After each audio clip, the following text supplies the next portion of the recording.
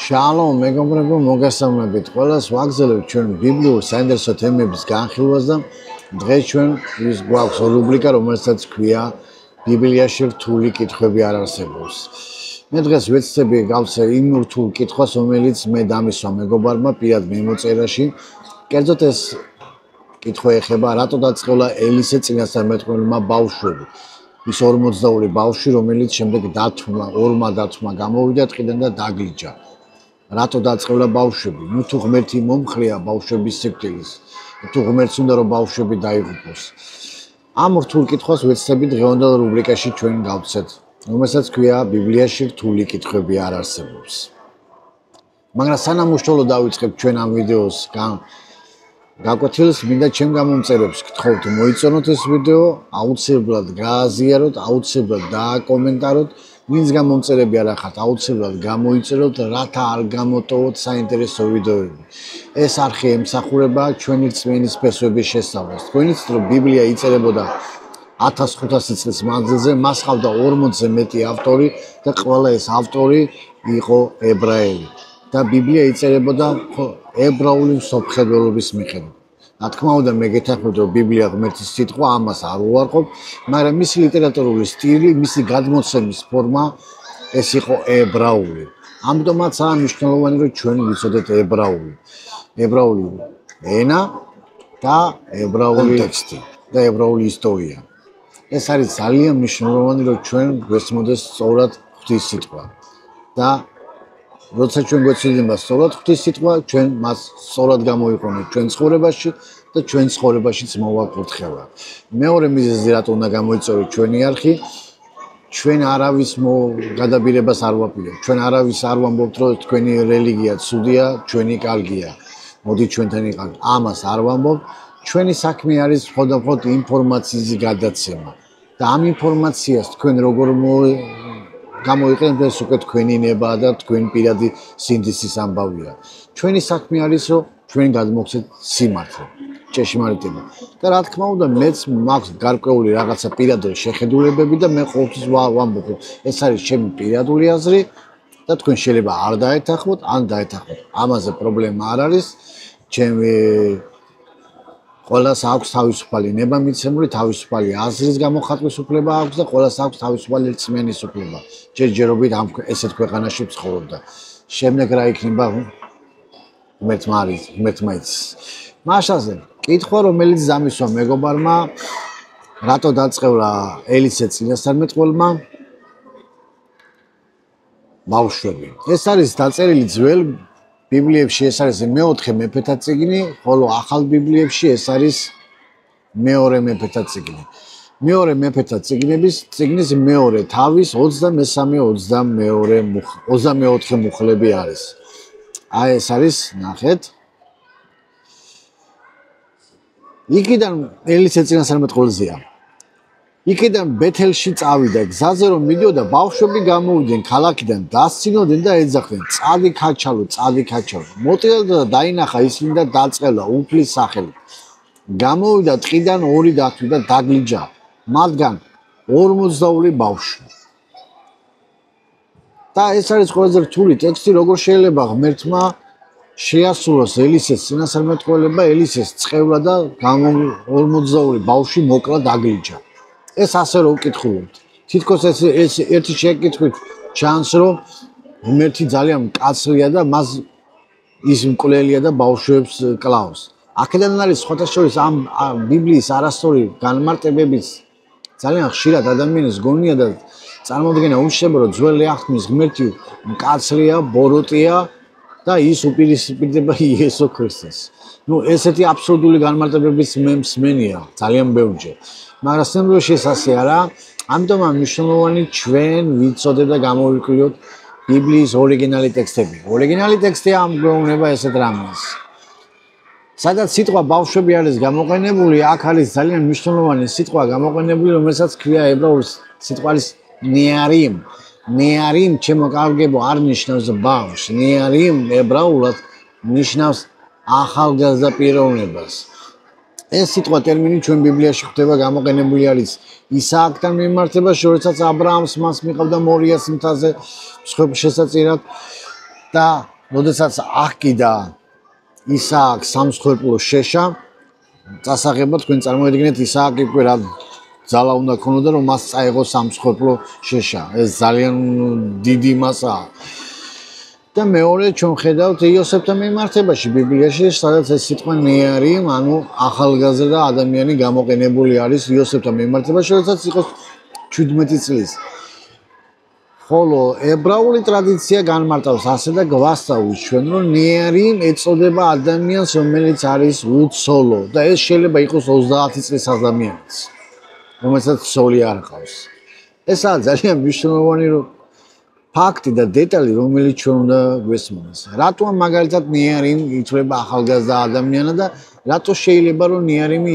ჩაითვალოს როგორც ბავშვი იმიტომ რომ შემოკარგებო სემიტურ ენებში იმ დროიდან სემიტურ ენებში ძალიან ღალიბი ენა იყო და მათ თითოეულ სიტყვას კონტექსტი განმარტავდა დღეს ეს აღარ არის საჭირო რადგანაც ბევრი სინონიმი არსებობს როგორც ივრითულ ენებში ასე არაბულ ენებში სემიტურ ენებში ბევრი სინონიმები მაგრამ იმ დროს არ იყო ამდენი სინონიმი რადგანაც ენა თქვენ იცით რომ ადამიანები რომ ვითარდება ენაც იცვლება და ვითარდება თავისთავად ენაც მაშინელი ივრითული არ იყო ისეთი განვითარებული და ამიტომ თითოეულ ტერმინოლოგიას განმარტავდა კონტექსტი და როდესაც ჩვენ ხედავთ რომ ტერმინს კონტექსტი განმარტავდა გამორიცხულია რომ 52 ბავშვი გასულიყო ქალაგარეთ როდესაც ელისე ხდება ანუ ქალაგარეთ 52 ბავშვი არ იქნებოდა მათ არ იყო მათი მშობლები აი ძალიან მნიშვნელოვანი ანუ ჩვენ ხედავთ ისტორიულად რომ 52 ბავშვი ეს იყო ახალგაზრდა დაჯგუფებები რომელიც დღევანდელ დღეს რომ მიუსადაგოთ ჩვენი ქუჩის ბიჭები ძველი ბიჭები რომ ვთქვა დღევანდელ დროს მიუსადაგოთ ეს განმარტება რომელიც აქედან გამომდინარე არ მუშაობდნენ ანუ უსაქმურები იყვნენ და აეკიდნენ ელიას და ეუნებოდნენ მელოტო ქაჩალო, წადი ქაჩალო. აქ არის მეორე ივრითული სიტყვა რომელიც ქაჩალს ნიშნავს, ეს არის ალეხ კარეახ. ალეხ კარეახ შემოკარგებო ბუკვალოდ რომ თარგმნოთ, ეს არის ამაღლდი შემელოტო. და ეს იყო ზუსტად ის შეურაცხყოფა რომელიც ელისეს მიაყენეს, მაგრამ მათ ელისეს კი არ მიაყენეს. მათ მიაყენეს ღმერთის სტატუსს. ღმერთს მიაყენეს შეურაცხყოფა. ბეთილი მაშინ შემოკარგებო იყო ცენტრი ისრაელში ოქროს ხბოს თაყვანისცემის. თქვენ იცით რომ ამ დროს ისრაელი უკვე გაყოფილი იყო ისრაელის სამეფო და იუდეას სამეფო ცალკე და ისრაელში იყო გამეფებული კერთაყვანისცემლობა. ბაალის კერს ცემდნენ თაყვანს შემოკარგებო და ისტორია გვასწავლის რომ ბეთელი იყო ცენტრი იმ ადგილისა სადაც ამ კერთაყვანისცემლობა ძალიან მძაფრად იყო. მიუხედავად იმისა რომ მანამდე ელია წინასწარმეტყველმა ბაალის ქურუმების კი მოკლა და სასწაული გააკეთა, ცეცხლი ჩამოიტანა ზეციდან, ამ სასწაულმა მაინც ვერ გამოასწორა მდგომარეობა ისრაელში და მაინც არის ისრაელი კებსახური. და ამ ხალხმა იცოდა ელია წინასწარმეტყველი ატაცებული იყო და მის მაგივრად ელისე წინასწარმეტყველი იყო დატოვებული. ელისე თქვენ ივრითულად ეს არის ელიშა, რო იცოდეთ, ელისე ეს უბრალოდ მისი ბერძნული თარგმანიდან არის ამოსული ქართულში დამკვირდა, რადგანაც ბერძნულ ასო ალფაბეტში არ გვაქვს ასო შ და ამიტომ არის ს. ამიტომ არის იესო ბერძნულიდან წამოსულია ქართულში, მაგრამ სინამდვილეში ებრაულად იესოს ქვია იეშუა. ხოლო ქრისტეს ცხებულს ებრაულად ქვია მაშიახი. იესო ქრისტე ებრაულად არის იეშუა ჰამაშიახი. ეს ისე ცოტა გადახოვა. ასეც ელისეს ქვია ელიშა. რომ იცოდეთ შემოკარგებო და მათმა იცოდნენ რომ ელისე წინასწარმეტყველი იყო დატოვებული ელიაჰუ წინასწარმეტყველი ელიაჰუს ანუ ელია წინასწარმეტყველის მაგივრად და მათ დასცინის ფორმაში ეუნებიან აჰა შენ ხო წინასწარმეტყველი ხარ მიდი მელოტო ამაღლი ანუ ალეხე კარეახ ნიშნავს ამაღლი შემელოტო და ესაა მნიშვნელოვანი რომ დაცინეს მათმა დაცინეს ღმერთის მოწოდებას და ღმერთის ცხებულ ადამიანს და მათმა პირდაპირ ღმერთს დასცინეს. ამიტომაც ელისე წინასწარმეტყველი მოbrunდა და თქვა დაწყევლა უფლის სახელით. მათ არ უნდა გვესმოდეს ჩვენ არ უნდა წავიკითხოთ ისე თითქოს რომ ელისემ თავისი ნებიდან გამომდინარე დაწყებლა. არა, აქ წერია რომ უფლის სახელით დაწყებლა, ეს ნიშნავს რომ ღმერთმა უთხრა გამოუტანე მათ განაჩენი. სასამართლო გამოუტანე მათ მე. და ამიტომ ეს სასამართლო გამოუშვა. ამას ამობს ელისეც. ეს ნიშნავს უფლის სახელით წყევლა. მათმა ღმერთს დასცინეს, ღმერთმა მათ გამოუტანა განაჩენი. არ შეიძლება რომ შენ ღმერთი დასწყევო. ღმერთს დასცინო და ეს არ ჩაივლის შედეგების გარეშე. ნებისმიერა ქმედებას მოყვება თავიანთი შედეგი. ეს კანონი არის, რომელიც არსებობს სამყაროს და სამყარო ამ პრინციპით მოქმედებს. და ამიტომაც როდესაც ღმერთმა გამოუტანა მათ განაჩენი, ისინი გამოვიდა ორი დათვი და ორმა დათვმა დაგლიჯა ისინი. ანუ ეს ტექსტი, ბიბლიის ეს ტექსტი გვეუბნება, რომ ორ რამეზე პასუხს. პირველი რომ ესენი ბავშვები არ იყო და ღმერთი ბავშვს არ კლავს, რა თქმა უნდა, ეს აბსურდია. ისინი ზრდასრული ადამიანები იყვნენ, რომელიც უკვე თავიანთ ქმედებებზე პასუხისგებლები იყვნენ. ეს ძალიან მნიშვნელოვანია. მეორე რაც ნიშნავს, რომ სიტყვა ნიარი, ეს არ ნიშნავს ბავშვს, არამედ ნიშნავს ახალგაზრდა ადამიანს, რომელიც უკვე ზრდასრულია და პასუხისგებელია თავის გადაწყვეტილებებში. ასევე ჩვენ ვთქვით, რომ ნიარი შეიძლება იყოს ნებისმიერი ასაკის ადამიანი, რომელიც არის უცოლო. ებრაულ ტრადიცია ამას გვასწავლის. მესამე რაც ჩვენ ვთქვით, რომ ეს არ იყო ელისე წინასწარმეტყველის მიმართ უშუალოდ აბუჩად აგდება, არამედ ის იყო ღმერთის ცხებულების წინააღმდეგ წასვლა.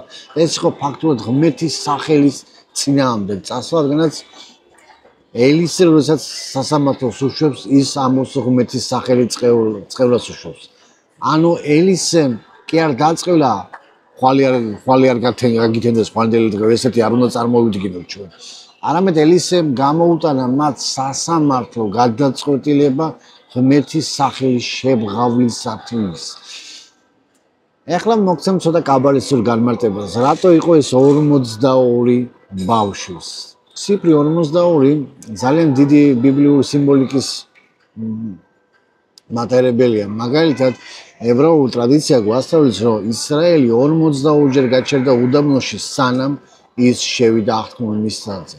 42 ჯერ ღმერთი ასწავლიდა ისრაელს და 42 ეს არის 42 საფეხური ასვლა, როდესაც ისრაელი უკვე მზად იყო ებრაელი ერი დაემკვიდრებია ისრაელის ერი.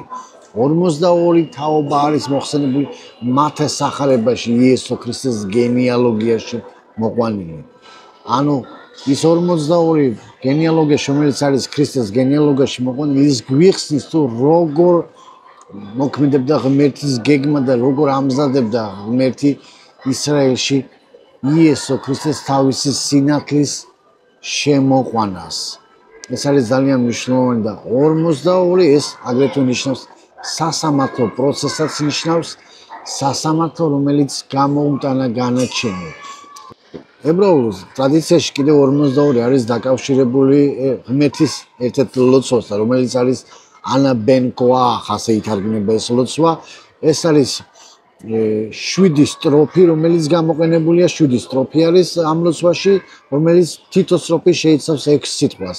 ამათი ჯამი წამოსახავს 42-ს და ეს არის ღმერთის სახელთან დაკავშირებული.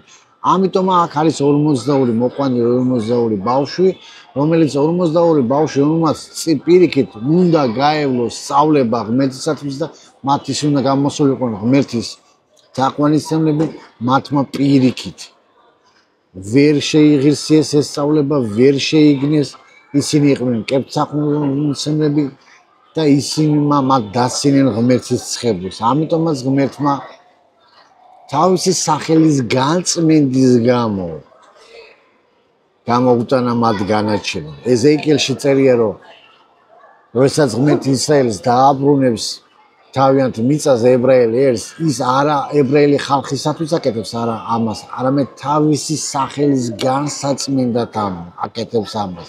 ეს არის ძალიან მნიშვნელოვანი და ამიტომ ეს ლოცვა ანა ბენ კოახ, რომელიც 42 ჰემატრიულად 42-თან არის კავშირში, ამასთან არის დაკავშირებული და ეს გვეუბნება ჩვენ. რატო ორი დათვი? ორი დათვი ესეც გვეუბნება გვიმტკიცებს რომ მაგალითად იგავების მე-17 თავის შეგვეუბნება რომ უმჯობესი ადამიანი დედალ დათს გადაეყაროს ვიდრე ბრინყს ადამიანს.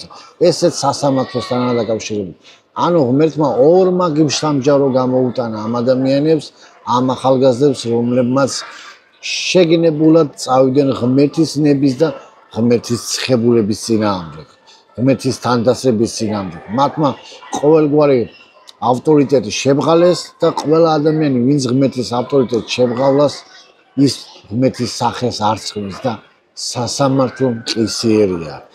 ამ შემთხვევაში მყისიერი იყო ამ 42 ახალგაზრდასათვის.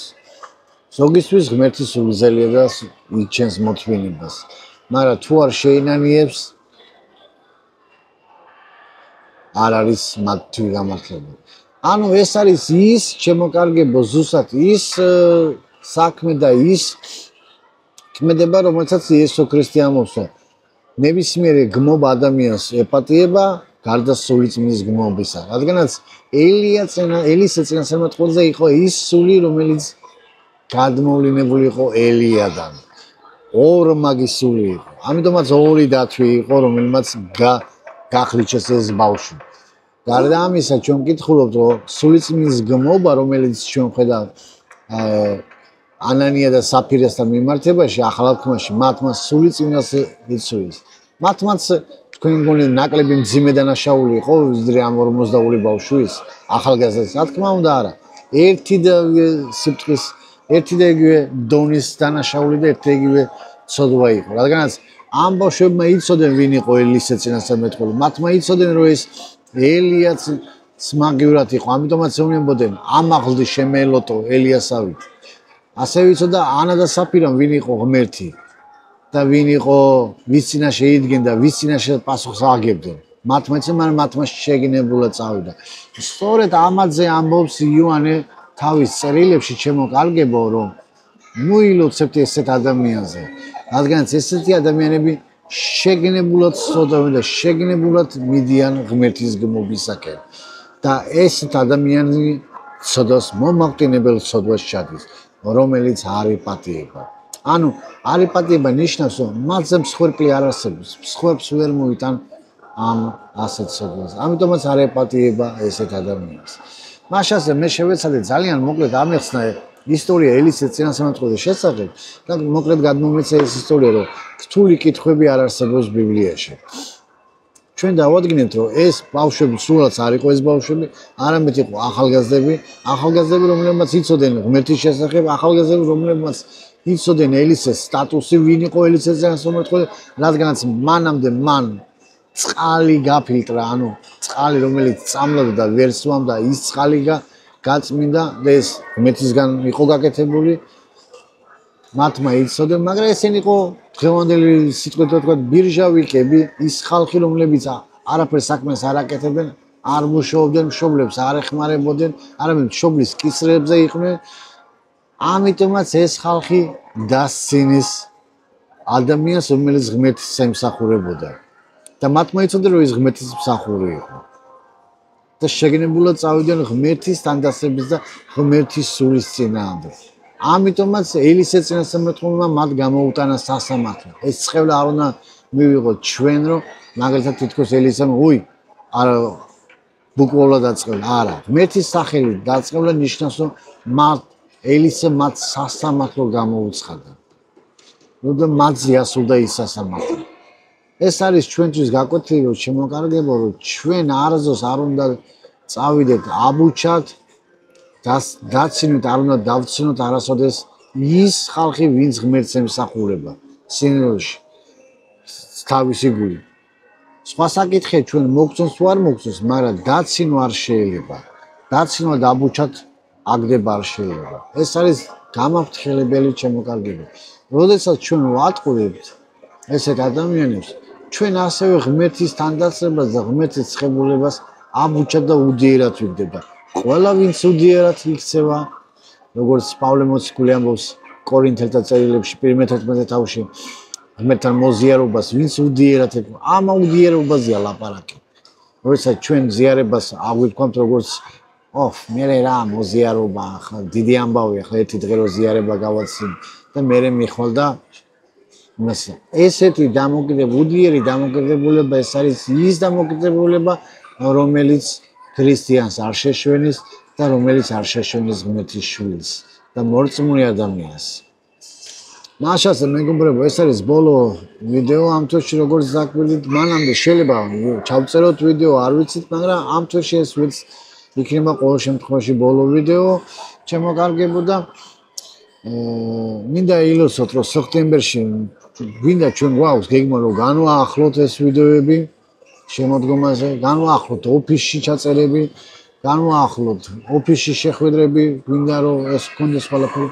ამისათვის მინდა ილოცოთ და ამისათვის გთხოვთ რომ ფინანსურად გვერდში დაგვიდგეთ, ვისაც სურვილი გაქვთ რა თქმა უნდა, რადგანაც თქვენი ფინანსები ჭირდება ჩვენი არხის ტექნიკური განვითარებისათვის, რათა გქონდეს გამანათობლები, მიკროფონები, კამერები, ეს ყველაფერი და აგრეთვე ადამიანური რესურსი, ვინც ჩვენ შევძლებთ და გაგვიკეთებს და ამ ვიდეოებს აგვიმონტაჟებს და იმას ეს ასე არა ადამიანი მოცილი ადამიანი დაგიჟეს და თხოვ და გააკეთე, ეს ასე ვერ გააკეთე. ამას დიდი დრო მიაქვს, მე თვითონ რო ვიდეოებს ვარ რედაქტირებ, თითქმის ვარ მოგატყუოთ ერთი ვიდეოს გადაღება, მაგალითად ერთი თემის მომზადება სჭირდება ერთი დღე მინიმუმ, ეს მარტო მომზადებას, მე ამ ჩაწერას კიდევ ერთი დღე მიაქვს და კიდევ ერთი დღე მიაქვს მის მონტაჟს. ანუ 3 დღე კვირაში მარტო ჭირდება ერთი ვიდეო რო ჩავწეროთ. ეს მე მარტო როცა ვაკეთებ, ამას ვამბობ. და სხვებს ვთხოვო, კიდე სხვებიც ხო არის. ამიტომ ეს არის ძალიან შემოტევადი შემოკარგებო და ამიტომ ჭირდება თქვენი გვერდში დგომა ლოცვითი პირველ რიგში და შემდეგ ფინანსურად გვერდში დგომა. მაშასე ილოცეთ ჩვენზე და დაეუფალსებარებოდეთ ყველა. გაგრძელება იქნება. მადლობა ყურადღებისათვის.